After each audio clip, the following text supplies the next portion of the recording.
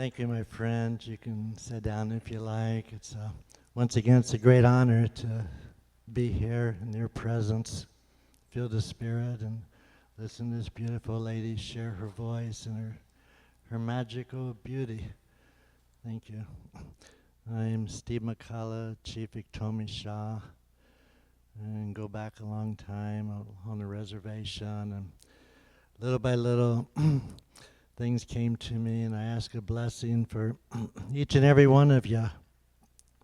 Something might happen today or at this conference that will inspire you, give you a dream, ignite that little fire in your heart, a little coal perhaps, just to start something beautiful in your life, my friends. And as we gather at this time, and so many stories. I'm 61 years of age. I've been involved in many things in my life and love to share some of the experiences, but it's not about me.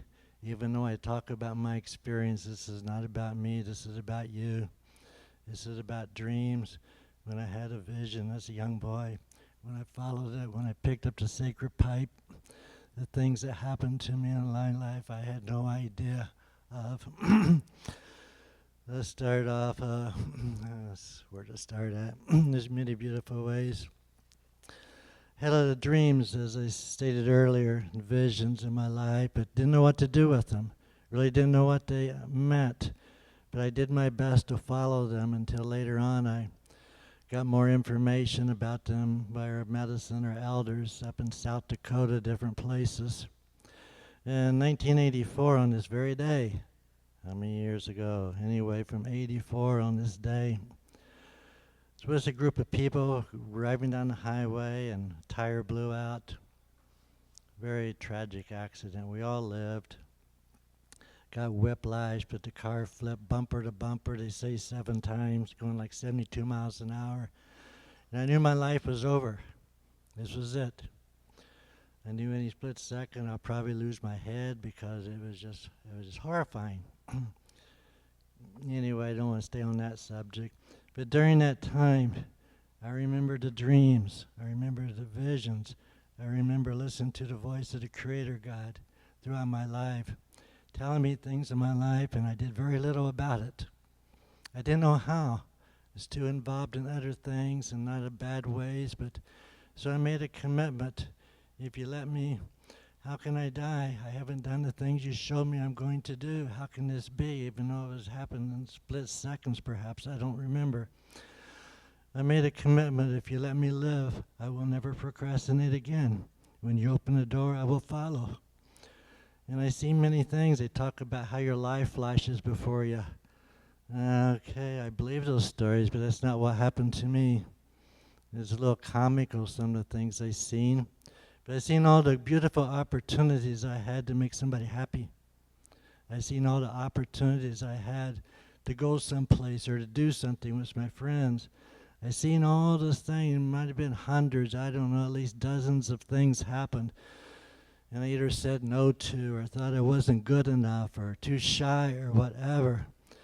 And so they show me how I disappointed people. And this can go on a long time, but anyway, within a few weeks, I began to go back to my medicine man up in Rosebud. My uncle up there, he was a medicine man at the time. And they began to help me. But this is a Stars Knowledge convention. I will try to briefly go through each one because every story would take probably several hours, and that would be almost cutting it short. But the Star Knowledge conference is things, I gave my first interview on this about 2 years ago, even with Stephen Hawkins and different ones, and UFOs and aliens. I was sort of blown away because I don't much talk about them. And so, but I remember one of the questions they gave me about it is, do you believe in aliens? Do you believe in UFOs? And I said, well, let me put it this way. My answer is yes, because of personal experiences, but let me explain something very clear. Everything the Creator made, Wakantaka made, from the grasses of the grass, to the plants, the animals, you, me, the earthworms, the fishes, the galaxies, the stars, the planets, everything the Creator was made or was responsible for making, He put a spirit within it. It's part of us. We're part of it. So if I call them aliens and I separate myself from them, I'm part of them and they're part of me. So anyway, it went on. That was just my personal feelings about things, And a couple of weeks, these are strange subjects sometimes, but last week I'm not really a farmer. I'm not a gardener or try to help out, but I was out in their garden the other day, and last week I think it was, trying to clean up plants for the fall harvest and things like that. And so I was working with the tomato plants and this and that, trying to clear up. And it was so unusual. It's hard. I'm willing to talk about it, but it was just different. It was like they started talking to me. I thought, wow, amazing. It happens very seldom in my life. Began to tell me stories. And one of the stories they shared with me, each of the plants, they share things you eat, those type of plants. And one of them, they wanted me to address the 4 directions. And so I did. But they said, don't look like when you pray toward the west. Don't just look toward the west. Look at the stars and the galaxies toward the west. And do that all the directions. And so I did.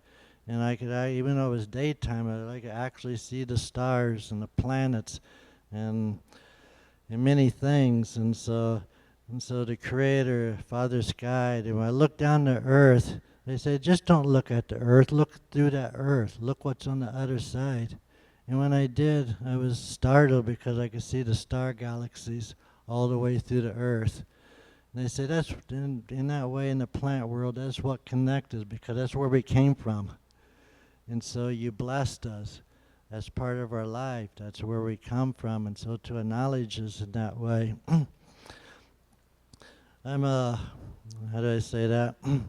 They do different ceremonies throughout the world. Sometimes there are peace agreements between nations, sometimes between tribals, leaders from down in Latin America, the government, and things like that. And so, but years ago, one of my first journeys into that star world, I was always wanted to know, why is it that people argue with each other? Why is it that one race of people think we're better than another? And all this and that, and tribes and nations, and everybody's better than somebody else, and even siblings of the same family have their squabbles, and these things. If I'm supposed to make peace and understand these things, I wanted some answers. I wanted to know where I came from. And within seconds, I'm not sure exactly what happened, but they took me on one of the quickest journeys I ever went on in my life into the star world. It's almost like driving down the highway in the wintertime with the snow coming on the windshield. I went through space. I went through a time. I don't exactly know how far, but it was actual. It was so real. And they took me to a place, and they said, this is where you come from. This is your homeland.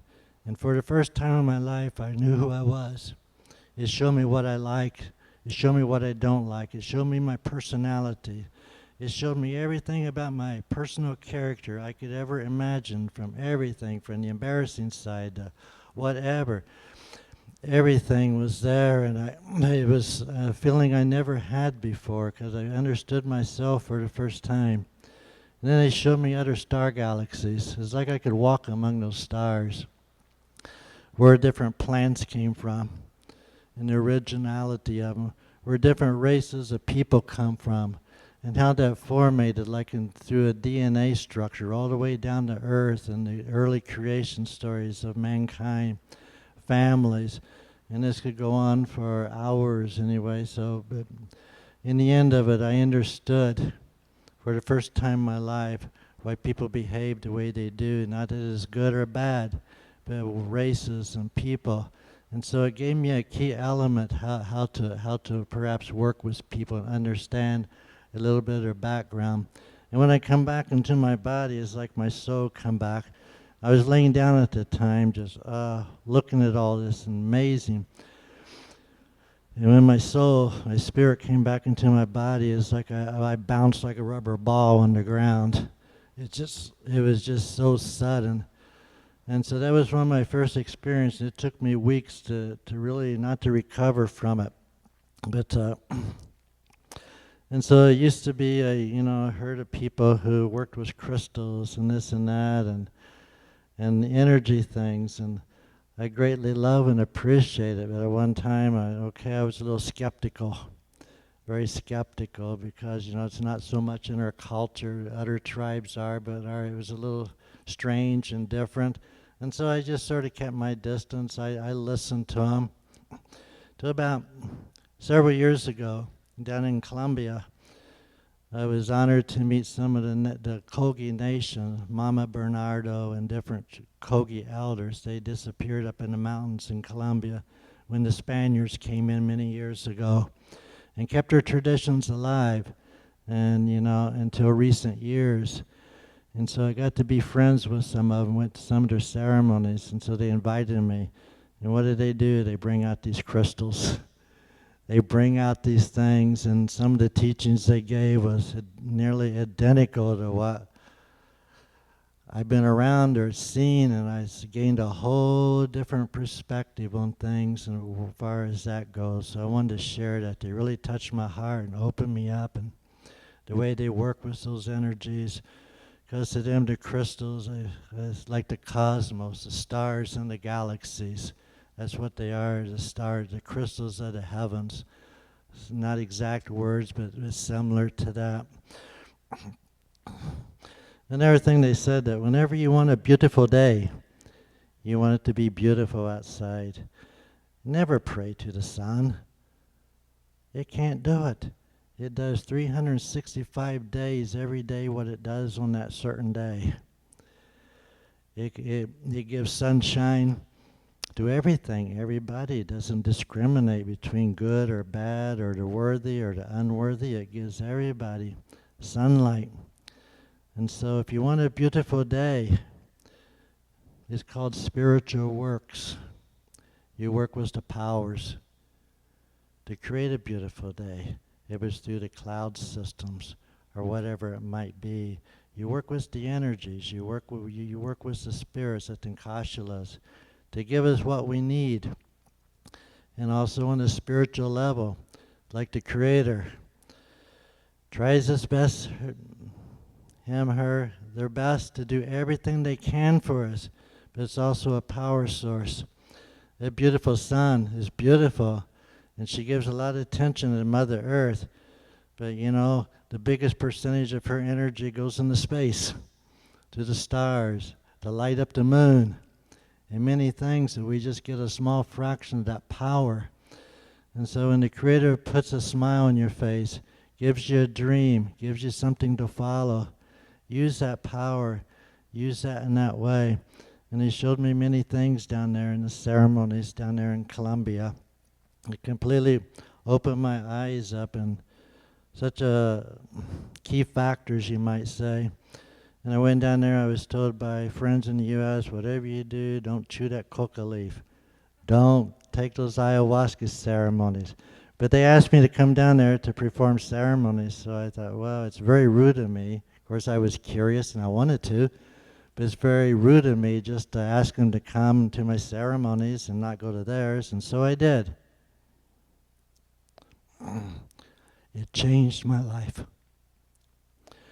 It opened me up in a way I never experienced before, into a world I didn't realize existed. And it went into a methodological world. And it was so real. And that medicine, if you ever get to participate, it would be good, because even technically it's not hallucinative. It's not a drug. They were still trying to figure it out. They use it to cure illnesses, many things. But anyway, this I could go on and on and on and that.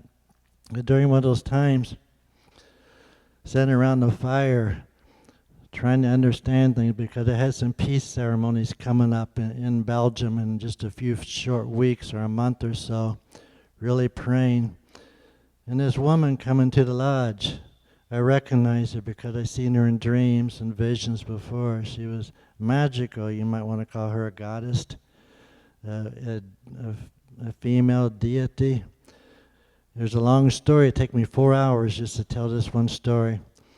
But she come up to me and started to talk to me, address me very physically, I mean just like flesh and blood, and began to converse with me and share with me about the fire, share with me about the many things, about that phenomenal power that's coming back into the earth. If there will be women and young ladies that will be having dreams and visions, and that time has come, that time is here. And so she had this huge chanupa, the sacred pipe. I've never seen one quite like it. But this bowl was huge, it was round like Mother Earth. And she began to fill that pipe and asked me to participate and to help her. But of course it's an ayahuasca vision, so it's really hard, but there's a point to where I'm getting that. But the stem went all the way up into the atmosphere. It went up there, and I looked up there, and I seen all these deities, like 30 or 40, gathering around him, ready to participate in this sacred pipe.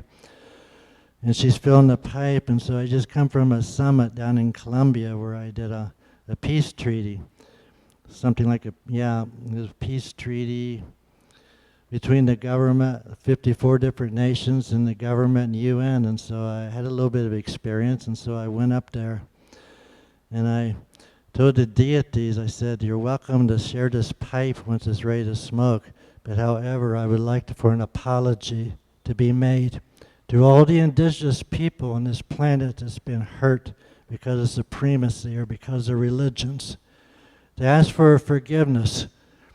Some of them left. Some of them came back.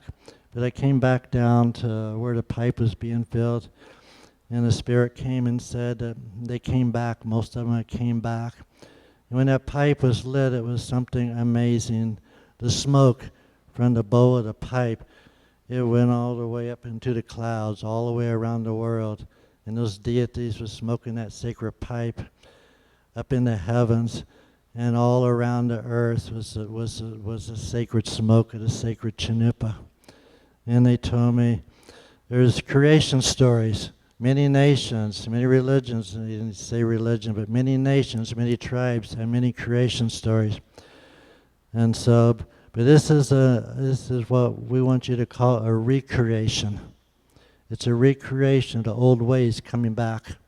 It's a recreation of that phenomenal power that's returning.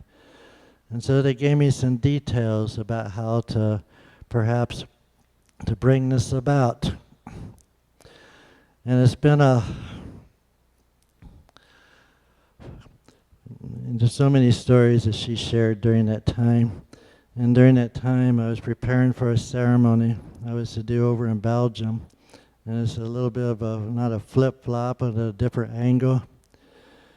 Because for years I wanted to know, where did evil come from?